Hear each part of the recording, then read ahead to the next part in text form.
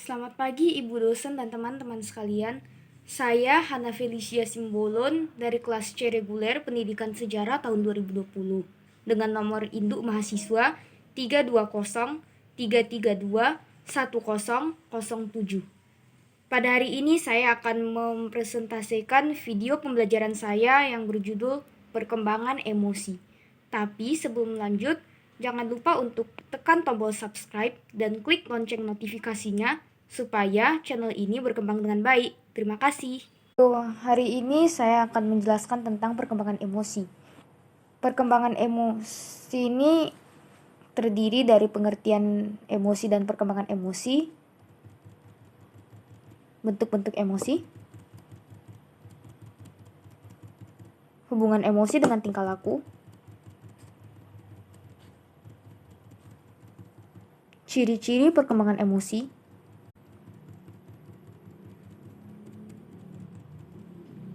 dan faktor-faktor yang mempengaruhi perkembangan emosi. Pengertian emosi dan perkembangan emosi. Secara etimologis, kata emosi diturunkan dari bahasa Prancis, emotion, dari emophore yang artinya kegembiraan, dari bahasa Latin emophore dari dan mover atau yang berarti bergerak. Jadi, emosi adalah perasaan intens yang ditujukan kepada seseorang atau sesuatu atau reaksi terhadap seseorang atau kejadian. Adapun berbagai pengertian emosi menurut para ahli yang terdiri dari menurut Press, emosi adalah suatu reaksi tubuh dalam menghadapi sesuatu. Sifat dan intensitas emosi terkait erat dengan aktivitas kognitif sebagai hasil dari persepsi terhadap situasi. 2. Menurut Hattershall, emosi adalah kondisi psikologis yang merupakan pengalaman subjektif yang dapat diungkapkan atau dilihat dari reaksi wajah atau tubuh. Menurut keinginan dan keinginan, emosi adalah kondisi yang berhubungan dengan tujuan tingkah laku.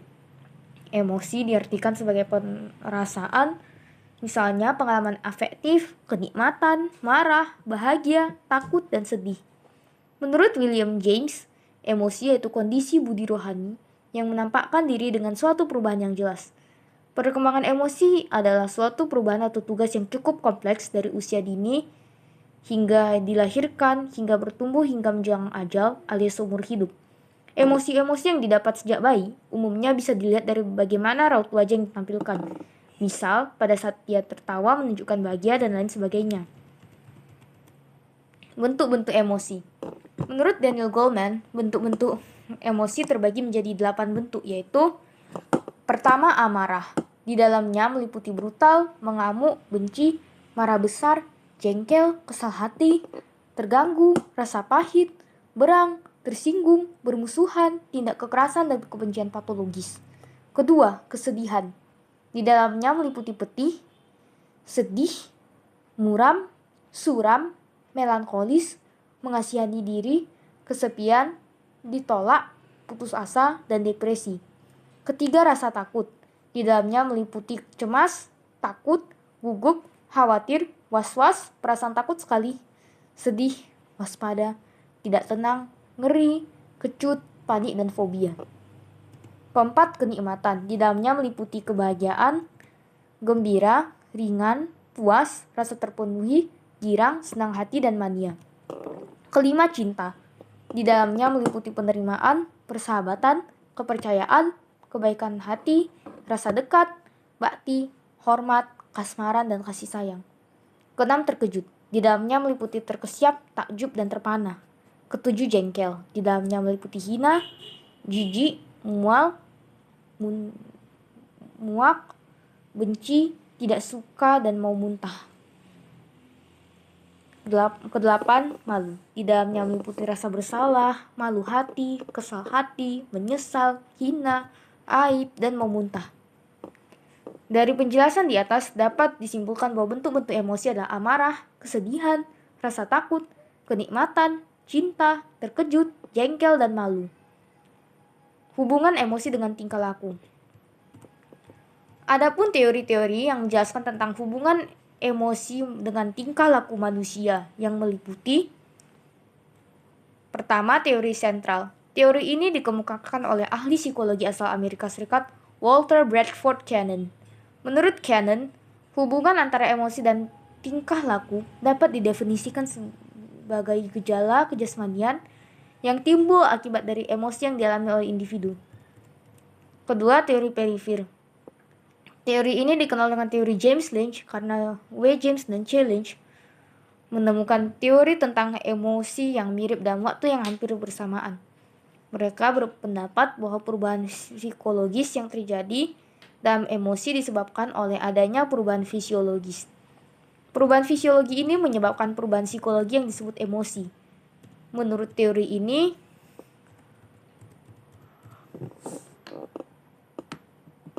orang susah karena menangis, orang senang karena tertawa, bukan tertawa karena senang. Ketiga, teori kedaruratan emosi. Emergency theory of the emotions ini dikenal dengan teori Cannon-Bard karena teori W.B. Cannon diperkuat oleh P. Bard. Pada intinya, Cannon-Bard menyimpulkan emosi sebagai reaksi dalam keadaan mendesak. Dari teori di atas, semakin memperjelas hubungan antara emosi dan tingkah laku atau gejala kejasmanian. Emosi dapat berperan sebagai motif penyebab munculnya semacam kekuatan individu dalam bersikap atau bertingkah laku. Tingkah laku yang ditimbulkan oleh emosi tersebut dapat bersifat positif maupun negatif. Dalam kehidupan sehari-hari saja, banyak sekali contoh yang dapat ditemui.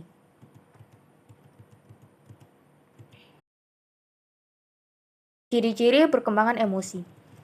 Perkembangan emosi memiliki 4 ciri-ciri, yaitu perkembangan lebih bersifat subjektif daripada peristiwa psikologis lainnya seperti pengamatan dan berpikir, bersifat fluktuatif atau tidak tetap, banyak bersangkut paut dengan peristiwa pengenalan panca indera, dan mengikuti tahapan pertumbuhan dan perkembangan. Adapun emosi sendiri terbagi menjadi beberapa tipe berdasarkan macamnya. Pertama, emosi psikis. Emosi psikis adalah salah satu emosi yang banyak dibicarakan dalam ranah psikologi, di mana emosi tersebut memiliki alasan kejiwaan dan juga ruang yang berkaitan dengan dunia sosial. Seperti halnya hubungan dengan orang lain, adanya trauma dan sikap beberapa kelompok yang tidak sesuai dan sebagainya. Kedua, emosi sensoris. Emosi sensoris merupakan sebuah emosi yang ditimbulkan oleh rangsangan yang terjadi dari luar terhadap tubuh, seperti rasa dingin, manis, sakit, lelah, kenyang, dan lapar. Di mana sensoris ini memang yang paling terlihat dan paling mudah dikenali dibandingkan psikis. Namun, jika membicarakan penting atau tidak tentu sama penting dan sama sulitnya, sehingga keduanya harus dijaga agar tidak menimbulkan adanya gangguan, seperti gangguan perkembangan dalam psikologi abnormal. Terakhir, faktor-faktor yang mengaruhi perkembangan emosi. Terdapat beberapa faktor yang mempengaruhi kematangan emosi seseorang. Menurut Harlock, antara lain, 1. Usia. Semakin bertambah usia individu, diharapkan emosinya akan lebih matang dan individu akan lebih dapat menguasai dan mengendalikan emosinya. Individu semakin baik dalam kemampuan memandang suatu masalah, menyalurkan dan mengontrol emosinya secara stabil dan matang secara emosi. 2. Perubahan fisik dan kelenjar. Perubahan fisik dan kelenjar pada diri individu akan menyebabkan terjadinya perubahan pada kematangan emosi. Sesuai dengan anggapan bahwa remaja adalah periode badai dan tekanan, emosi remaja meningkat akibat perubahan fisik dan kelenjar. 3. Pola asuh orang tua. Pengalamannya berinteraksi di dalam keluarga akan menentukan pula pola perilaku anak terhadap orang lain dalam lingkungannya. Salah satu faktor yang mempengaruhi dalam keluarga adalah pola asuh orang tua. Cara orang tua memperlakukan anak-anaknya akan berikan akibat yang permanen dalam kehidupan anak. 4. Lingkungan. Kebebasan dan kontrol yang mutlak atau ketat dapat menjadi penghalang dalam pencapaian kematangan emosi seseorang. Lingkungan di sekitar kehidupan seseorang yang mendukung perkembangan fisik dan mental memungkinkan kematangan emosi dapat tercapai. Terakhir, jenis kelamin. Laki-laki dikenal lebih berkuasa jika dibandingkan dengan perempuan. Mereka memiliki pendapat tentang kemaskulinan terhadap dirinya, sehingga cenderung kurang mampu mengekspresikan emosi seperti yang dilakukan oleh perempuan. Hal ini menunjukkan laki-laki cenderung memiliki ketidakmatangan emosi jika dibandingkan dengan perempuan. Demikian video pembelajaran saya. Jika kalian suka dengan video ini, silakan klik tombol like dan tulis komentar kalian di kolom komentar. Terima kasih dan sampai jumpa.